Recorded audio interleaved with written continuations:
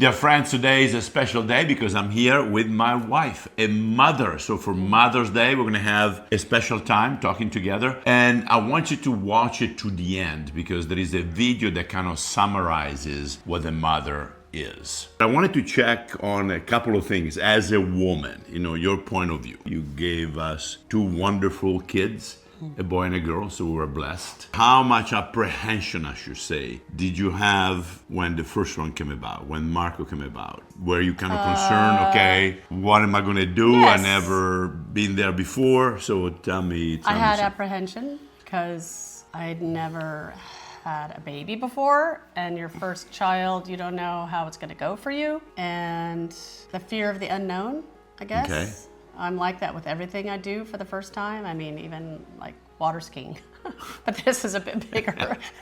No kidding. Okay. And it's completely out of your control. And then after the birth, there's no manual. I'm a big instruction manual person. I love to read about, Okay.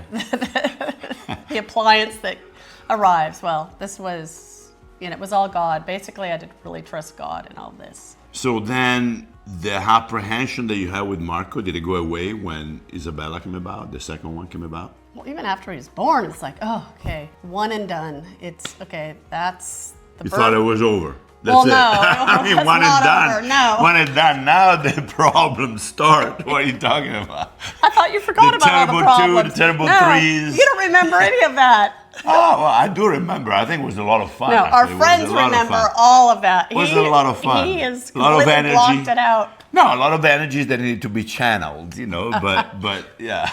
No, Marco's labor was like 24 hours. Isabella's labor was like 2 hours. It was so quick. Okay. But then they're completely different. So Marco is an alpha male, strong-willed, and Isabella...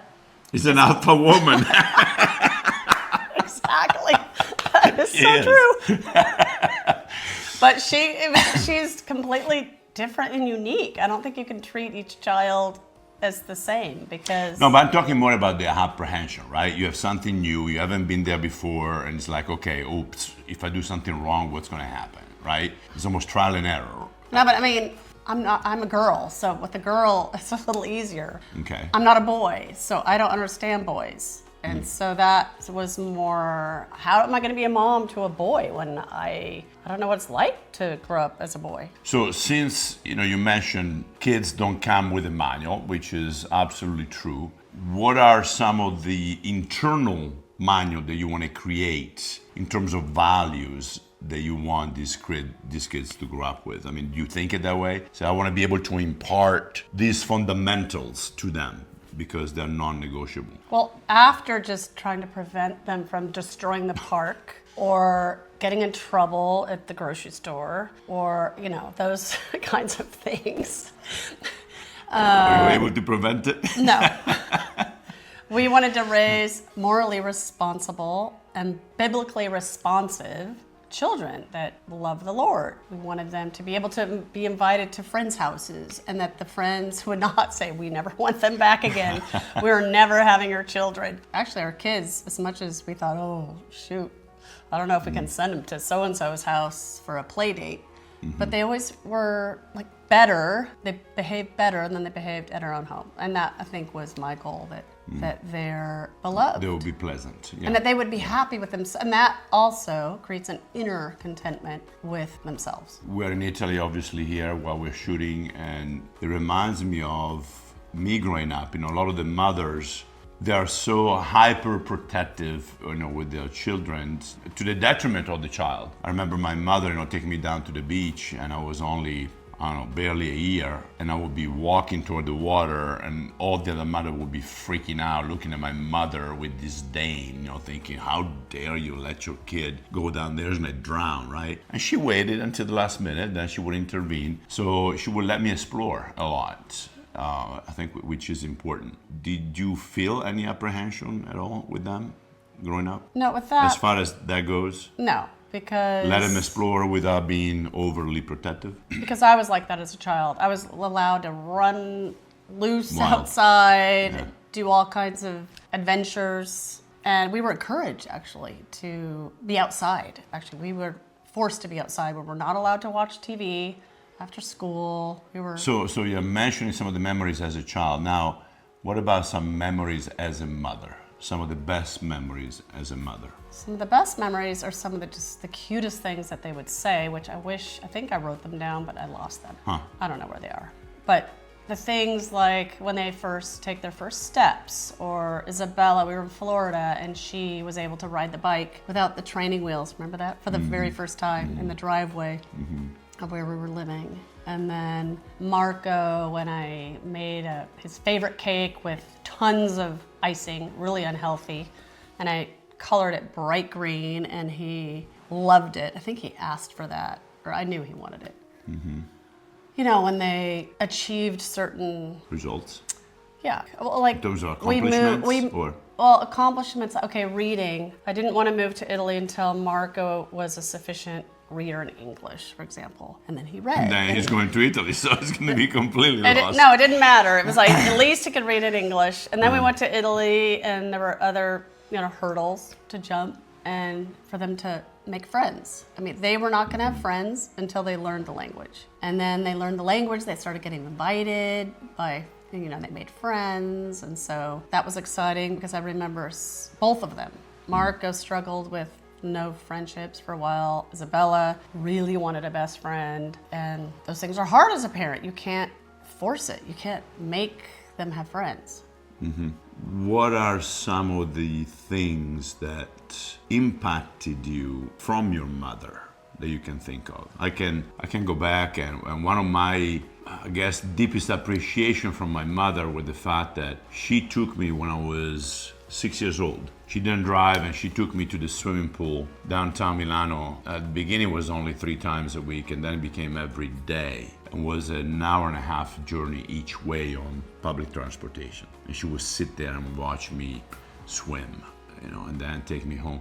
And at the time you don't appreciate it. You're a young kid, you don't know any better. But then later on in life you're saying, oh wow, she sacrificed 5 hours of the day, so that I could do what I needed to do. And I think that's one thing that most of the kids probably are deficient in, is saying thank you enough, to their mothers for what they're going through. So what are some of the fond memory of your mom? Well, I still have my mom, and I'm greatly appreciative of her. But I think the thing I said, kind of in a negative context, that we had to play outside. I'm grateful now that we had to play outside because the only screen we had was a little TV, and you watched what was on. And she didn't want us to be inside watching TV. So we went outside, we played hide and seek, we ran around in the weeds. Maybe you should define what weeds. Not those weeds, they didn't exist. No, I really appreciate the home cooked meals. We always were called home for dinner,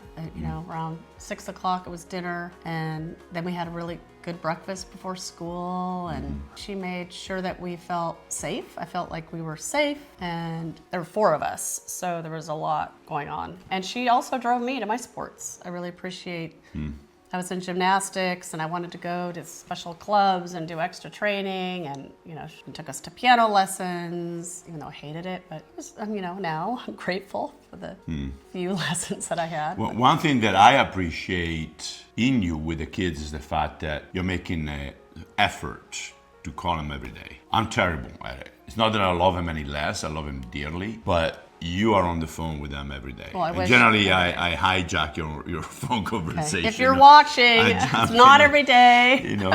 Yeah, you do hijack my phone. Yeah. But to make that effort, to be so decisive in saying, oh, hey, this is my time with them, I think is awesome.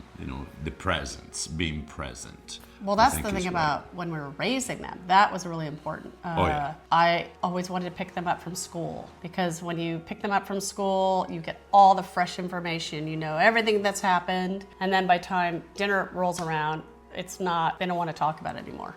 So you get all the, their pains or maybe their joys, whatever happened, and being present. I always try to be present. As well as, I remember we had an important thing. We would always pray with them before bed.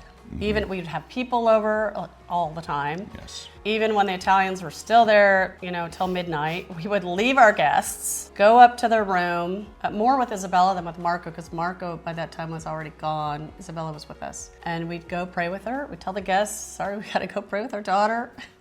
Come back, and then continue the guests. And I think that was really important because, we wanted to raise godly children, wanted them to know that for us, we depended on God. I'm thinking, I don't know why, but I'm thinking about the curse at the beginning of time, when the Lord says to Eve, you will bear children in pain.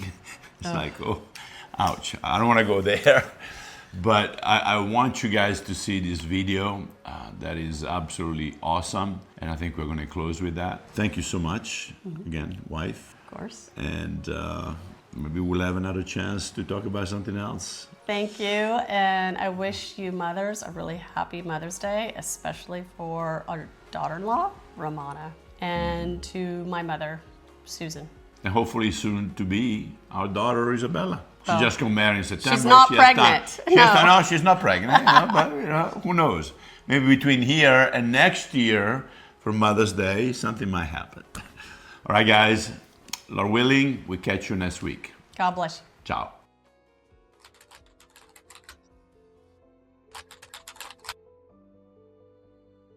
Hi, nice to meet you. Nice to meet you as well. Have you ever done one of these interviews over the camera before? No. Well, let me tell you a little bit about the job to get started with. It's not just a job, it's sort of probably the most important job. The title that we have going right now is Director of Operations, but it's really kind of so much more than that. Responsibilities and requirements are really quite extensive. First category for the requirements would be mobility. This job requires that you must be able to work standing up most or really all of the time, constantly on your feet, constantly bending over, constantly exerting yourself, a high level of stamina. Okay. That's a lot. For how many hours? 135 hours to unlimited hours a week. It's basically 24 hours a day, 7 days a week. I'm sure you'll have a chance from time to time to maybe just sit down here and there, yeah? You mean like a break? Yeah. No, there are no breaks available. Is that even legal? Oh, yeah, of course, yeah. Okay. Yeah. So like no lunch. You can have or- lunch, but only when the associate is done eating their lunch. I think that's a little intense. No. Not possible. That's crazy. Now, this position requires excellent negotiation and interpersonal skill. We're really looking for someone that might have a degree in medicine, in finance, and the culinary arts. You must be able to wear several hats. Associate needs constant attention. Sometimes they have to stay up with an associate throughout the night. Being able to work in a chaotic environment, if you had a life, we'd ask you to sort of give that life up. No vacations. In fact, Thanksgiving, Christmas, New Year's, and holidays, the workload is going to go up, and we demand that with a happy disposition. That's almost cruel.